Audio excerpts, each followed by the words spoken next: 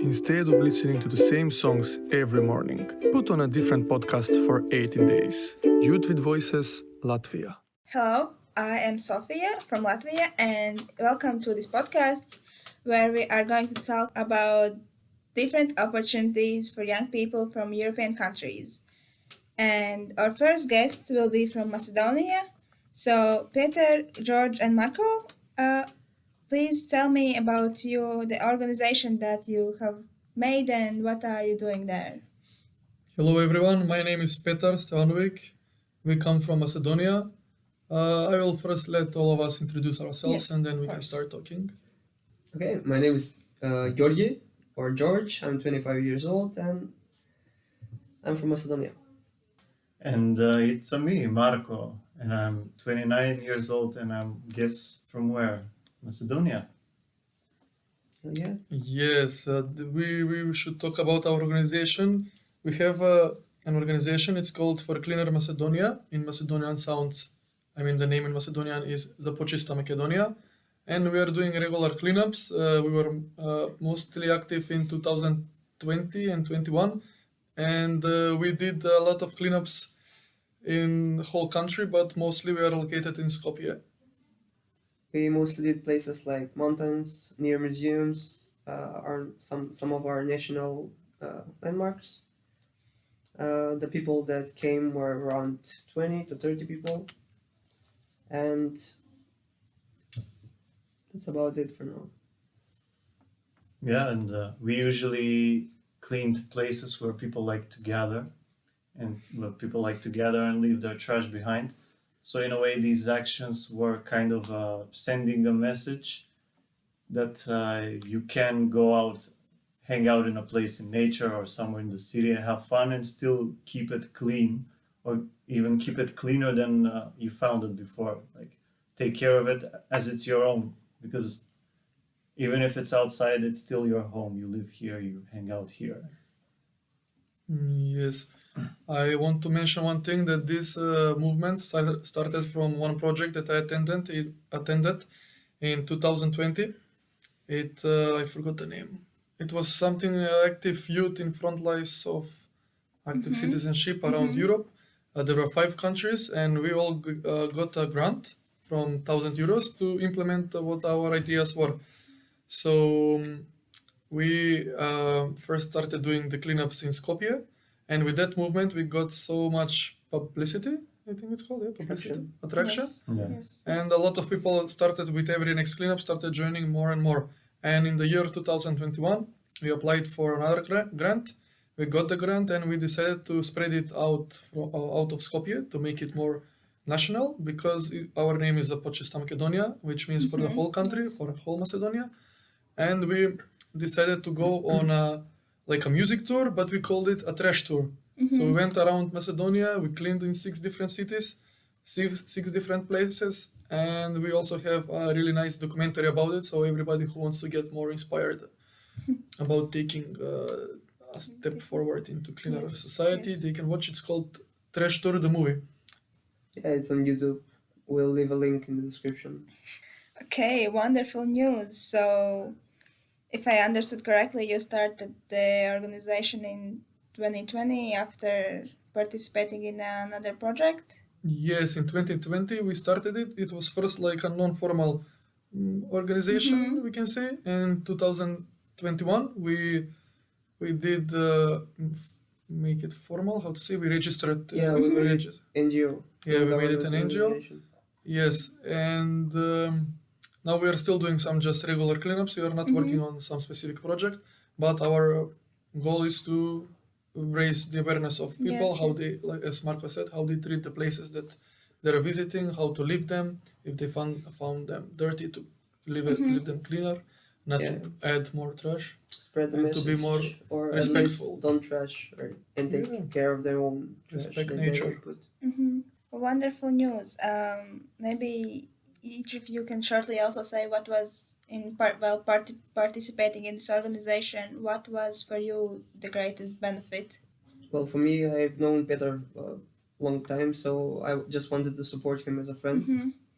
But the benefit, I guess, It's pretty friendly. You meet a lot of people. It's good for networking, and also you do something for society that you don't expect anything in return. So you just feel a lot freer to do stuff, and it's pretty good experience all around. Of course, the message is important, and the more people are starting to do it or are doing it, the more people will come, and it can easily spread and bring a lot of positivity around the country. For me, the benefit is the feeling that you get that you are doing something that is bigger than you, that you are doing something to influence some kind of change in society. So it's something that's not selfish. It's not for you, but still you're getting some gratification for it because you know, like, we did this, and because of this, maybe some people will think about next time they throw the trash on the ground. So the more people we change their way of thinking. That's the more we feel like we have accomplished something. Yes, that's it. Mostly, we like when we see that we inspire people, and when people came to us and told us, "Yeah, you inspired me with your actions. I'm planning to do this in my home, in my neighborhood, wherever I live." So that's also like a big satisfaction for us. I can say. Satisfaction, yes. Well, it was great to talk to you. Thank you for your time. And I guess we can move on to our next guest then. Okay, see you guys. Okay, so our next guests are Daniels and Linda from Latvia, who recently participated in Erasmus Plus Youth Exchange here in Jelgava, Latvia. Please introduce yourselves. Hello, my name is Daniel. I am 16 years old and I come from Riga. Hi, my name is Linda. I'm as well 16 years old and I come from Riga, Latvia. And I participated in the youth exchange program with Daniels. Okay, very nice. So perhaps you can start by you can explain shortly what a youth exchange is and what did you do in this one? So, youth exchange is a program where people from 13 to 30 years come from different countries. They come all together. Either it's their own country or they travel to others. And they come together and they talk about certain topic. For example, for us it was career, but it might be like sport or mental health or things like that. It can be anything. It might be about like nature and how to stop climate change or something similar. Yeah, and like the main idea is to see the world, to get to know people, and to gain experience. So in this one, we learned more about CV and also how to act while we're having a job interview. Furthermore, we also learned about different business opportunities around the area, and we also learned about a little bit about countries' economics. So, for example, SIA or AS and these ones. And except that, every evening we had a cultural evenings for each country where we got to know their culture and their country, what songs they sing, what dances there are, and we played different quizzes and as well tried their traditional foods. If I understand correctly, during the day you had more non-formal education activities about career choices, about economics and labor markets in your countries, and then during the evenings you had the chance to meet each other in more free atmosphere and learn about each other's cultures, right? Exactly. Yeah. As I understood, also it's your first youth exchange, right? Exactly. Yeah. So why did you decide to apply for this one? Well, the first time I saw the poster and I was with League and she talked me into it and she told me, yeah, if you want to, it's going to be amazing. There are going to be people from Spain. And that's well, I thought, yeah, it would also be, and it's also the start of start of September. The school wouldn't really have started, and that's why I chose to take the opportunity of that. Well, for me, it was like that. I applied a couple days later than Daniel, and he already got into Mhm. the program, and I didn't. So I was like, oh, okay, because it was like my first time, and I wasn't really sure what to expect. So I was like, okay, I won't miss school. So it's nothing much that I didn't get in. But after some time, they wrote me, hey, you got in. We have a free spot for you. Mm. And I was really worried, but I was like, okay, let's try it. It doesn't happen all the time. Like this Mhm. opportunity is only one, and I'm really happy that I decided to say yes because I gained so much experience and new friends, and now I think I wouldn't be so happy if I didn't participate. Okay, thank you. Maybe you can say something more about your experience and what was where your most like important benefits from joining this youth exchange. Well, probably one of the most important benefits is, of course, learning to know a lot of people Mhm. new that aren't coming from Latvia, but also learning about more about Erasmus Plus and also the local opportunities, how you can help the local Mhm. community, and so on. And of course, also a little bit about their country because Mhm. I know a lot of things about my own country. For example, the opportunities that I Mhm. can take. For example, participate in Bambus, something similar. But for example, about Romania or Italy or Spain, I'm not. I don't really know that Mhm. much, and it was quite fond of that to like know and learn about new Mhm. countries and their opportunities for the youth. Mhm. Yeah, and as well, we got to know more about Erasmus projects. That they are actually really different, and many of them. So we're really excited to participate in more of them. And also, like the smaller things, like just talking more in English, so we can improve that language, or learning some words in other languages, or just in general, stepping out of your comfort zone and trying new things. I think it's really beneficial for all of us. Okay, thank you. Just one last question. Seems like you have really enjoyed this experience. So maybe who would you recommend to also join these projects? I definitely recommend to everyone, and especially people or also teens who haven't gone into Mhm. one because they're probably like a little bit scared because they don't really know what to expect. How are the people? Maybe some will be older or some younger, and that might bring some difficulties. But I can assure you that you just have to, if you know a project, and definitely if they accept you, then you should definitely step out of your comfort zone and visit, and especially if it's in your own land, Mhm. like we did. True. Yeah. You Mm. have to start somewhere. Yeah, and we're quite lucky that our first was in basically Yalgo, Mhm. basically like Yeah. Riga, It like the wasn't something distance. It too wasn't much. like Spain, the first one, where Yeah. our parents might look with, Yes, questionable yes. eyes. And I think it's better to start when you're young because then you understand what you really like and if you want to continue because there are only more and more projects and opportunities in front of Mhm. you and it will change your point of view. Okay, thanks for your time. Thank you for your answers and good luck with next year projects. Thank Thank you. you. Thank you. Now we're gonna talk with Cynthia from Romania, who has had experience with volunteering abroad. So, can you start by introducing yourself? Hi, I'm Cynthia. As you said, I'm from Romania. I am 21 years old and I have recently finished university. Cool. Maybe you can start by explaining in your own words what volunteering actually is. Okay, so in my view, volunteering is participating in any activity that's beneficial to the local community without expecting any monetary or financial returns for Hmm. your work.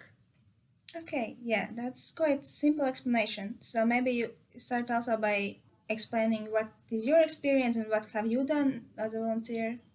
Okay, so I have had about four exact volunteering experiences, and two of which has have been outside of Romania, I think.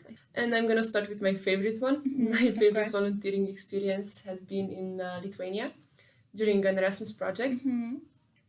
In that project, we have gone to an organization, and they have led us to a children's home, foster children. I think their parents were away for most of the year, and they were home for about 3 or 4 months, and the children were taken in foster care.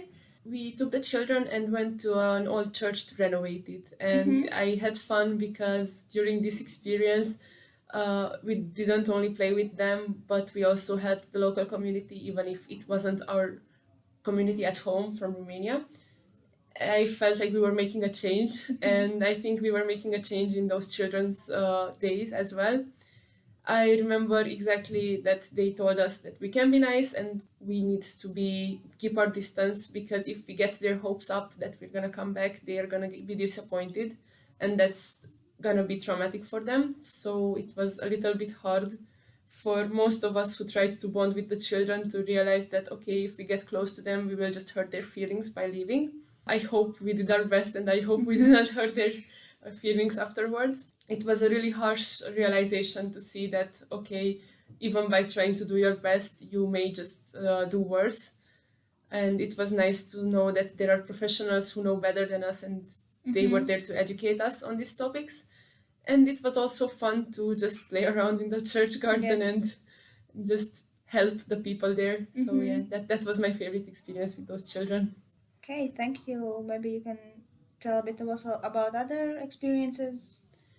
Okay, so at some point when I was much younger, I volunteered in a camp, like some kind of camp, for a minority in Romania, the Roma minority, for Roma children, and they were trying to help them get their education and try to raise awareness in those communities that their education will matter, and they need to pay attention to that, because in our society in Romania, Roma children don't always get proper education, because that's how they're taught, sadly.